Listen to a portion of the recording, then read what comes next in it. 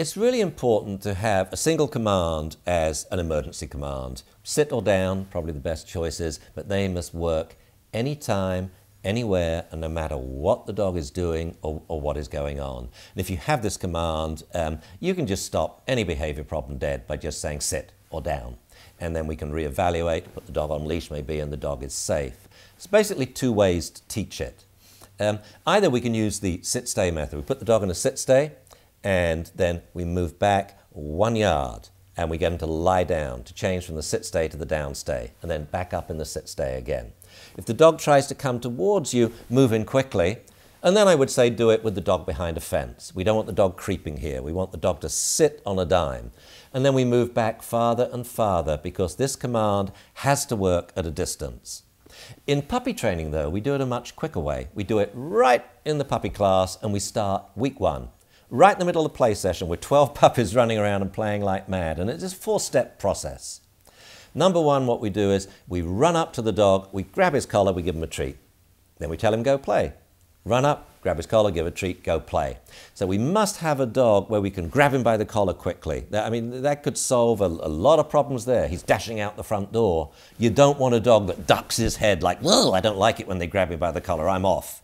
So the dog learns here, I love it when people run up to me in the play session, grab me by the collar, well, refreshment break, I get a bit of freeze-dried liver, then I get to continue playing. And that's the important thing, because most people grab the dog by the collar and they stop the play session. So here it's grab the collar, go play, grab the collar, go play. Number 2, after you run up and grab the dog's collar, you ask the dog to sit. And as soon as he sits, good boy, here's a food treat, go play. Number 3 is a little more difficult. Huge quantum leap in training. You run up to the dog, but you don't touch him. You ask him to sit before touching. As soon as he sits, you take him by the collar to show that you could, you give him a treat, you say go play.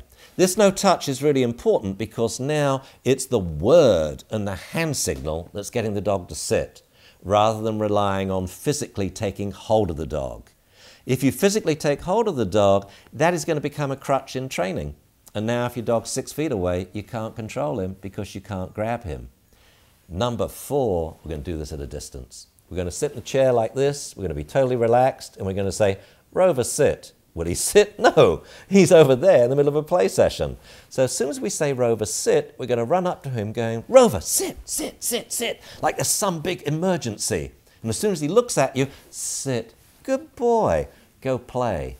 And we count the number of times we asked him to sit and how close we had to be before he did it. And we repeat it over and over. By about the 6th time, it goes like this. Rover, sit. Rover, sit, sit. Oh, we only had to ask him 3 times now, and we did it with him 6 yards away. After about 12 times, it goes like this. Rover, sit. Rover, good boy. Now we're only asking him once and giving a hand signal, and he's getting it.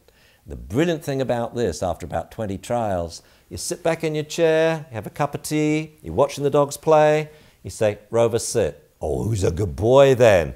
Go play. You can give him the biggest reward in the world without moving from your chair, because the biggest reward in the world for any dog is getting back to play with other dogs again.